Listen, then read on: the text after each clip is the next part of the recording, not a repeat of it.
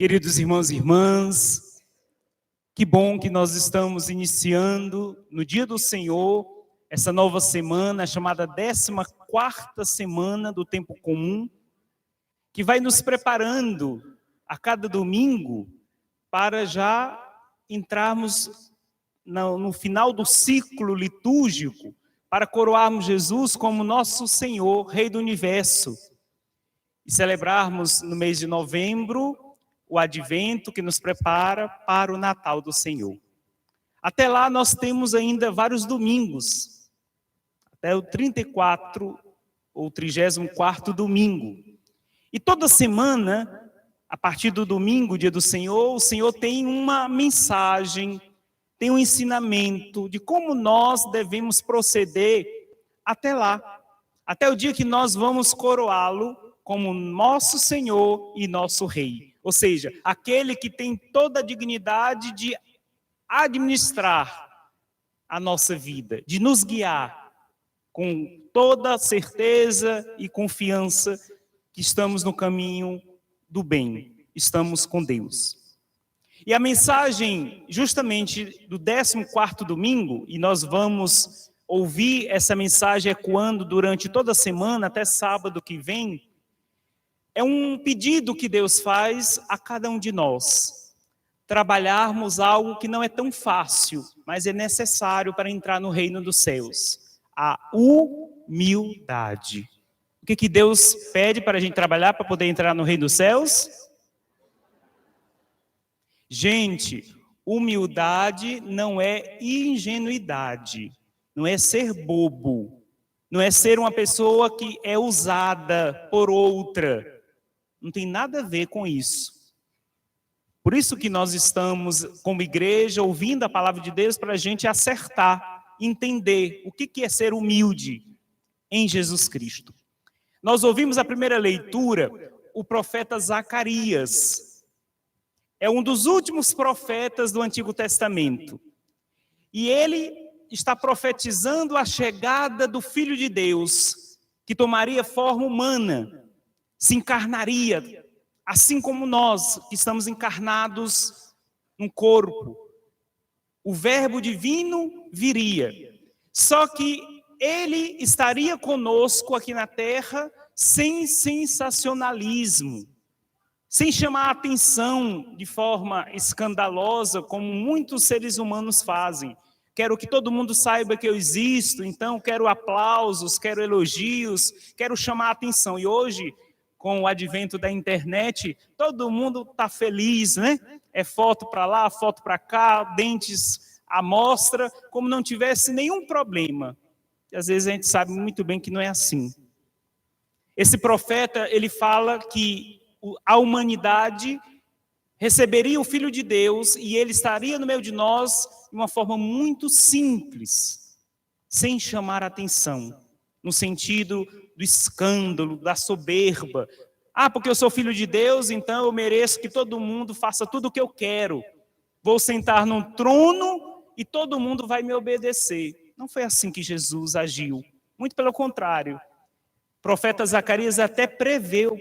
Ele, na hora da profecia, ele disse, olha, ele vai entrar em Jerusalém montado não no cavalo, chamando a atenção como os grandes reis fazem no mundo, mas estará montado no potro de uma jumentinha, ou seja, um filhote de jumento,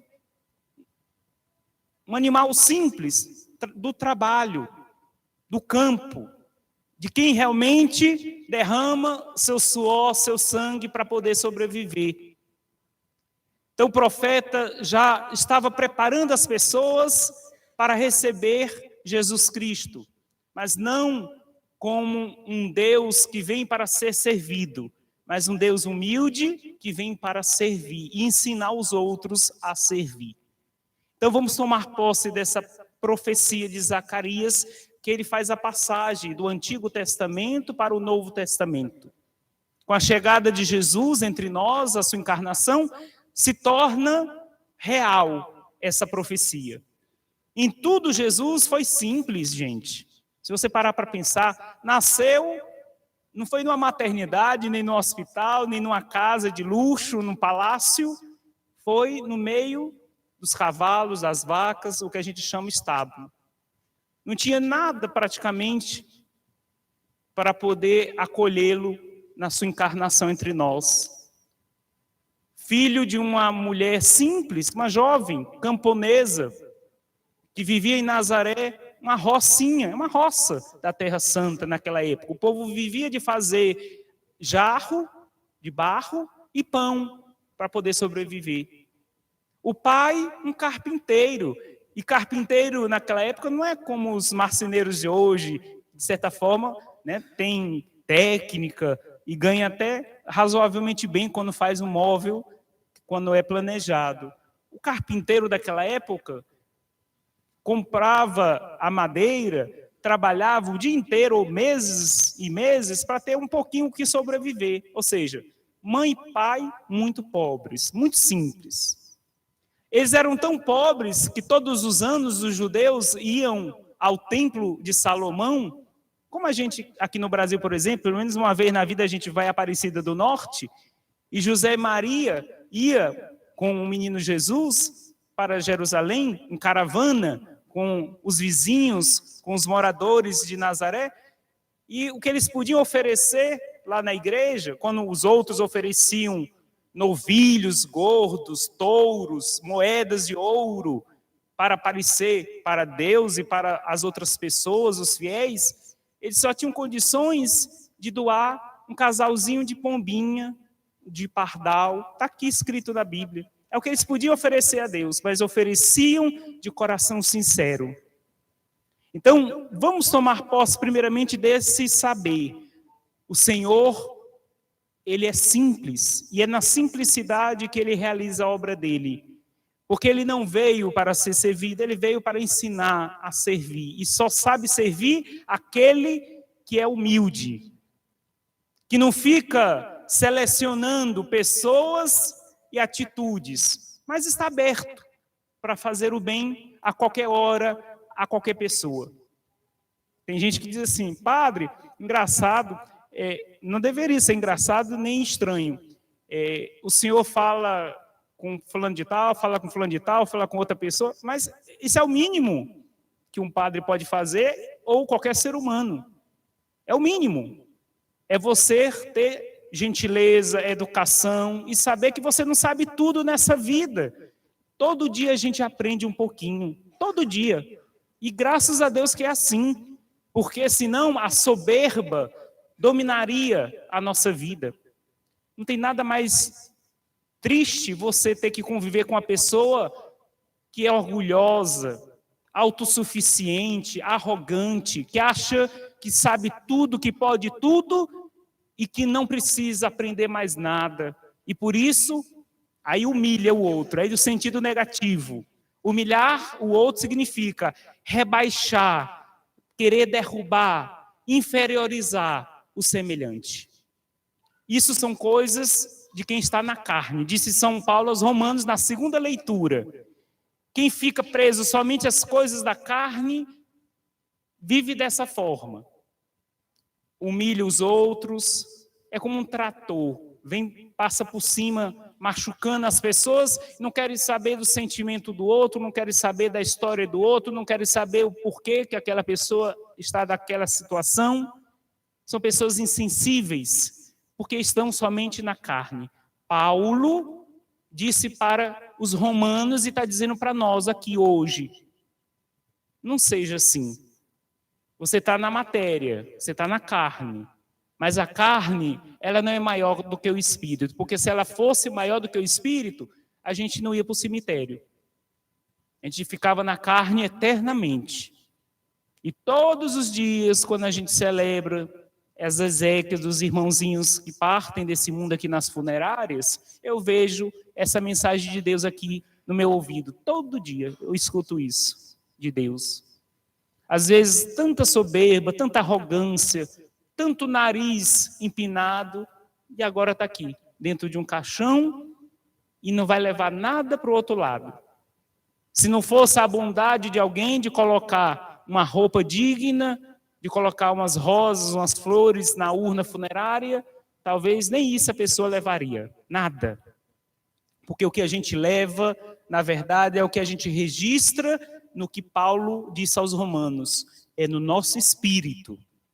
Toda bondade que você faz, toda atitude, até um simples copo com água que você oferece a um irmão que pede porque está com sede, parece uma coisa tão boba, tão banal, mas um simples gesto de você doar um copo com água do irmão, estou colocando algo bem simples, você está registrando no seu espírito esse ato humanitário, esse ato de amor ao próximo.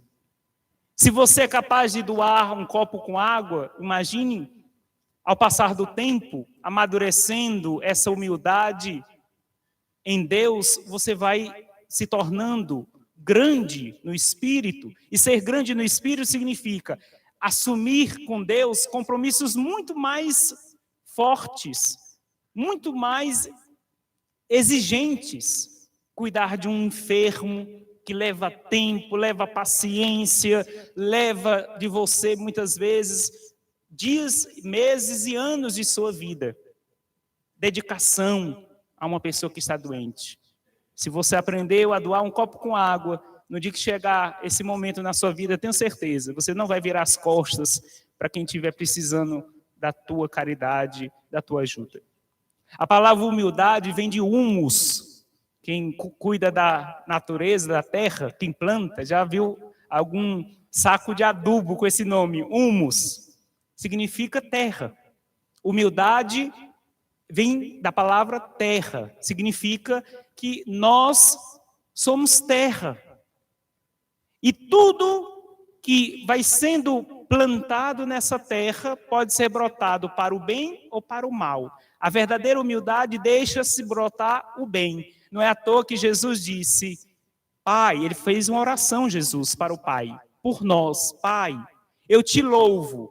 Porque o Senhor escondeu o mistério aos soberbos, aos que se sentem grandes, os que humilham os outros. E o Senhor olhou e olha e olhará sempre para os pequeninos. Aqui pequenino não é criança não, e nem pessoas de porte mais baixo não. Pequenino é aquele que está em processo de crescimento. Só a pessoa humilde que é capaz de reconhecer que eu vou devagarzinho, aprendendo e crescendo com Deus. Eu aprendo até com os erros dos outros. Nós aprendemos. Quando a gente vê o erro de um irmão, de uma irmã, em vez da gente derrubar a pessoa, a gente aprende. Eu não quero ser assim, eu não vou repetir esse erro dessa pessoa. Porque eu sei que as consequências para a minha vida ou para a minha família serão ruins. Aí Jesus ora ao Pai por nós e a gente agradece o Filho de Deus por essa oração. Senhor, o Senhor revela a sua obra aos pequeninos, às pessoas simples. Mas nós, infelizmente, humanos, a gente valoriza muito as pessoas por fora, né? É pela roupa que veste, é pela joia que está usando, é pelo carro que está andando, é pela casa que mora. Ou às vezes até pelo jeito de falar, muito erudito ou erudita, aí a gente valoriza. Às vezes uma pessoa simples na roupagem, simples no falar, a gente despreza, a gente exclui. A palavra do Senhor para essa semana é justamente para a gente lutar contra este pecado da carne, a soberba, a arrogância, o autoritarismo, a autossuficiência. Sem Deus, sem humildade, você não vai a lugar nenhum. Além de tudo isso, o caminho é o afastamento das pessoas, o isolamento. Ninguém gosta de ficar perto de uma pessoa soberba. As pessoas vão se afastando. As pessoas não vão mais desejando ficar próximo de nós, nem confiam na nossa vida, na nossa presença. Então, meus irmãos, vamos em busca de Jesus, porque ele diz, no finalzinho da sua oração ao Pai por nós, todos vocês que estão cansados, com tantas preocupações, enfermidade, desemprego, problemas nas famílias, problemas com seus filhos, preocupações gerais. Eu sei que são muitos os fardos que vocês levam. E muitas vezes você até perde a humildade por isso. por causa do peso que o mundo coloca nas suas costas. Aí você começa a ficar com ira. Muitas vezes começa a se descompensar e aí se torna até uma pessoa agressiva com os outros, de tanto sofrer. Aí Jesus está dizendo, pois vem a mim, porque eu sou manso e humilde de coração. Jesus é o quê? É Jesus que está nos chamando. Se você está passando por essa situação, vem a mim, me chame. Eu quero estar contigo. E quero trabalhar contigo, dia após dia, o ser pequenino, o ser humilde, que, repito, não é ser ingênuo, não é ser bobo. O humilde é aquele, é aquela que se coloca no caminho do aprendizado. Eu não sei tudo, por isso eu não posso me sentir maior e nem melhor do que os demais. Eu estou aprendendo. E se o aprendizado é com Deus, é melhor ainda, porque o fardo que eu carrego vai se tornando leve. E o julgamento dos meus erros diante de Deus vai ser suave. Não é bonito, não. É a certeza, é a verdade de Jesus dada a cada um de nós para nós vivermos ao longo de toda a nossa vida. Amém, meus irmãos? Que o Senhor nos ajude a compreender o que é realmente ser humilde e aprendermos com Ele o caminho que nos levará ao reino dos céus. Amém? Um minutinho de silêncio. Peça ao Senhor essa grande virtude da humildade na sua vida e reze por aqueles que você conhece e por infelicidade ainda, por não entenderem a palavra do Senhor, tratam os outros com humilhação, com indiferença, com soberba, com arrogância. Que o Senhor desarme esses corações.